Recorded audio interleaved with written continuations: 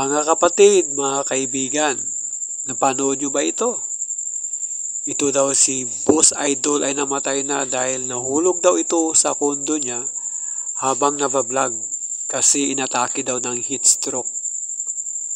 At itong ginawa ni Tan Makoy na video, umabot ito ng 10 million views.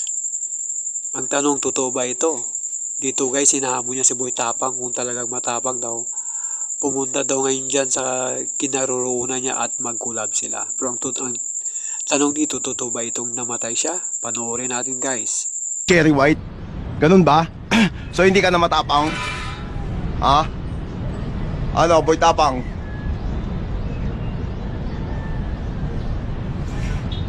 Nahamon kita kung talagang matapang ka pa. Ano?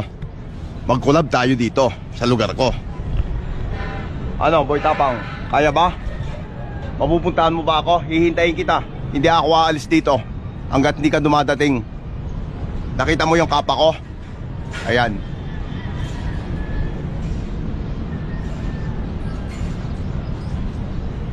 Ano na, Boy Tapang? Mapagbibigyan mo ba ako?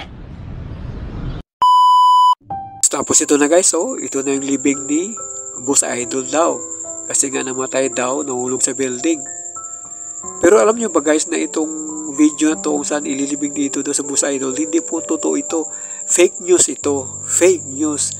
At buhay na buhay pa si Boss Idol.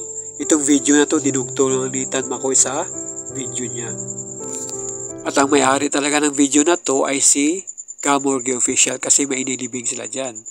Dinugtong lang ito ni Tan Makoy sa video niya. Okay, so dito kinundi na talaga ni Kamorgue Official ang ginawa ni Tan Makoy. Alright? So galit na galit siya dito. Kahit yung mga followers niya, galit na galit din guys. Pero ganun pa man, inamin naman may Tan Makoy. Kanya-kanyang trip lang daw yan. So ito guys fake news po ito Hindi po totoong patay na si Boss Idol. Alright?